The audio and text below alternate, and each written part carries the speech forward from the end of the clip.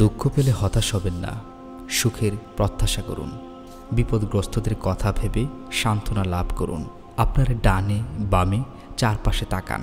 আপনি কি বিপদগ্রস্ত ও হতভাগাদের দেখতে পান না? প্রতিটি ঘরে সুখ আছে, বিরহ আছে, কষ্ট আছে। প্রতিটি গাল বেয়ে পানি ঝরছে। কতই না মুসিবত আর কতই না ধৈর্যশীল লোকজন। আপনি একাই শুধু সমস্যাগ্রস্ত নন, অন্যের সাথে তুলনা করে দেখলে আপনার সমস্যা নাহায়েত কম বলে মনে হয়। কত রুগ্ন ব্যক্তিই তো রোগশয্যায় শুয়ে অবর্ণীয় যন্ত্রণা ভোগ করছে। কত লোক বন্দী হওয়ার কারণে বছরের পর বছর চন্দ্র ও সূর্যের মুখ দেখেনি। তারা কারাগারে দেওয়াল ছাড়া কোনো কিছু চেনে না। কত নারী পুরুষ তাদের সন্তানদের ভরা যৌবনে হারিয়েছে। কত লোকই না সমস্যাগ্রস্ত, অভাবগ্রস্ত ও নিপীড়িত। যারা আপনার চেয়ে শোচনীয় অবস্থায় আছে তাদের কথা স্মরণ করে সান্ত্বনা লাভ করুন। জেনে রাখুন, এ দুনিয়া ঈমানদারদের জন্য জেলখানার মতোই, এক দুঃখ ও বিষণ্ণতার ঘর।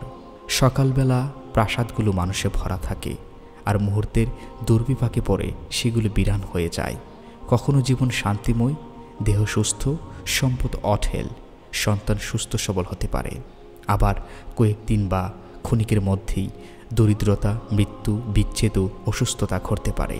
আল্লাহ সুবহানাহু ওয়া তাআলা পবিত্র কুরআনে ইরশাদ করেন, আর তোমরা তাদের অবস্থাস্থলেই বসবাস করতে, যারা নিজেদের উপর অত্যাচার করেছিল, এবং আমি তাদের সঙ্গে কী আচরণ করেছিলাম তা তোমাদের কাছে সুস্পষ্ট ছিল। আমি তোমাদের জন্য অনেক দৃষ্টান্ত স্থাপন করেছি। সূরা ইব্রাহিম আয়াত নাম্বার ৪৫। অভিজ্ঞ উট যেমন একটি পাথরের উপর হাঁটু গেড়ে বসতে পারে, প্রয়োজন হলে আপনাকে এমন প্রতিকূল পরিবেশের সাথে নিজেকে মানিয়ে নিতে হবে। আপনাকে অবশ্যই আপনার সমস্যাগুলিকে চারপাশের লোকদের সমস্যাগুলির সাথে ও আপনার পূর্ববর্তী লোকদের সাথে তুলনা করে দেখতে হবে। আপনার বোঝা উচিত তাদের তুলনায় আপনি অনেক ভালো অবস্থাতেই আছেন, এবং এটাও বোঝা উচিত যে আপনি শুধু ছোটোখাটো কিছু সমস্যা আক্রান্ত হয়েছেন। সুতরাং আল্লাহ তাআলার দয়ার জন্য তার প্রশংসা করুন। আপনার জন্য তিনি যা রেখে দিয়েছেন তার জন্য তাকে ধন্যবাদ দিন। তার প্রতি কৃতজ্ঞ হন এবং তার শুকরিয়া আদায় করুন। তিনি যা কিছু ছিনিয়ে নিয়েছেন তার জন্য তার কাছে পুরস্কার চান এবং দুর্দশাগ্রস্তদের কথা ভেবে সান্ত্বনা খোঁজ করুন। হযরত নবী করিম সাল্লাল্লাহু আলাইহি সাল্লামের মাঝে আপনার জন্য ধৈর্যের অনেক উদাহরণ রয়েছে। উটের নাড়ি ভুঁড়ি তার পিঠে চাপানো হয়েছিল, তার পা থেকে রক্ত ঝরেছিল। তায়েববাসী তাকে পাথর নিক্ষেপ করে রক্তাক্ত করেছিল।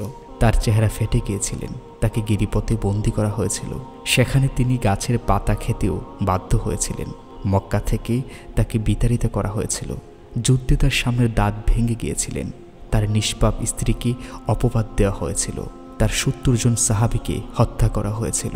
তিনি তার পুত্র ও অধিকাংশ কন্যার মৃত্যুর সুখ পেয়েছিলেন। ক্ষুধার জ্বালা নিবারণ করার জন্য তিনি পেটে পাথর বেঁধেছিলেন এবং তাকে কবি, জাদুকর, গণক ও পাগল হওয়ার অপবাদ দেওয়া হয়েছিল। এসব কিছু একই সময়ে ঘটেছিল। এত সব ঘটনার পরও তিনি অটল ধৈর্য ধারণ করেছিলেন। এত সব কঠিন অগ্নি পরীক্ষা ও দুঃখ কষ্টের মাঝে মহান আল্লাহ তাকে রক্ষা করেছিলেন। নবী জাকারিয়া আলাইহিস সালামকে হত্যা করা হয়েছিল। নবী মুসা আলাইহিস সালামকে ভীষণ জ্বালাতন করা হয়েছিল। নবী ইব্রাহিম আলাইহিস সালামকে আগুনে নিক্ষেপ করা হয়েছিল, এবং সকল হক ইমামও একইভাবে অত্যাচারিত হয়েছিলেন। উমর রাদিয়াল্লাহু আনহু, উসমান রাদিয়াল্লাহু আনহু ও আলী রাদিয়াল্লাহু আনহুকে গুপ্ত ঘাতক কর্তৃক নিহত হয়েছিলেন। অতীতের অনেক আলেমকে বন্দী ও অত্যাচার করা হয়েছিল। আল্লাহ সুবহানাহু ওয়া তাআলা পবিত্র কোরআনে ইরশাদ করেন, নাকি তোমরা একথা ভেবে বসে আছো যে তোমরা জান্নাতে প্রবেশ করবে, অথচ এখনও তোমাদের পূর্ববর্তীদের মতো তোমাদের পরীক্ষা করা হয়নি। তারা অভাবগ্রস্ত, রোগগ্রস্ত ও প্রঙ্কমিত হয়েছিলেন। প্রিয় ভাই, দুঃখ কষ্ট আসলে হতাশ হবেন না। নিশ্চয়ই আল্লাহ কষ্টের সাথে দিয়েছে স্বস্তি এবং কষ্টের সাথে দিয়েছে সুখ।